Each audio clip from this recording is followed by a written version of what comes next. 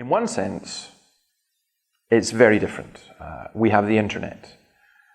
Paul decides he wants to go to Rome. He takes a month to get there. I can be in Rome in 8 hours from Scotland. So we have the speed of modern communications. Another huge difference is that we are a post-Christian society. They were a pagan society who didn't know what Christianity was.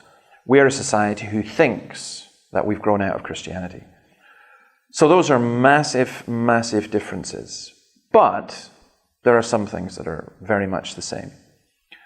So, for example, although there isn't the speed of communication, in first century there was a common language, either Koine Greek or Latin, spoken throughout the empire.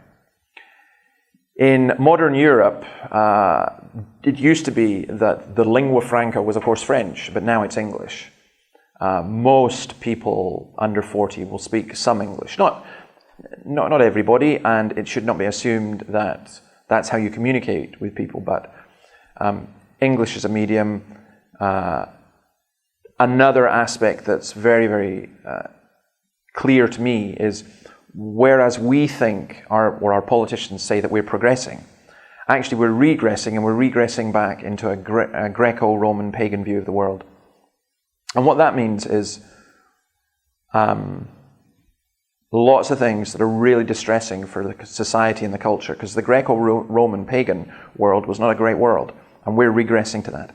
However, it's in that world that the first century church prospered.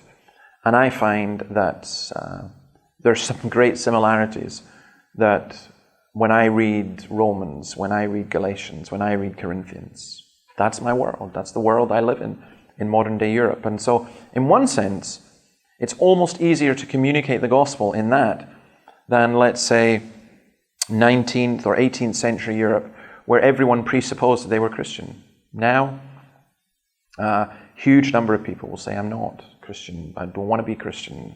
People will even say, I'm pagan, and we're reverting to a pagan view of sexuality, a pagan view of the family, where the gap between rich and poor is increasing as well. And so, to me, this is like the first century. So there are big differences, but there are a lot of things that are the same, and the human heart is the same, and the gospel is the same.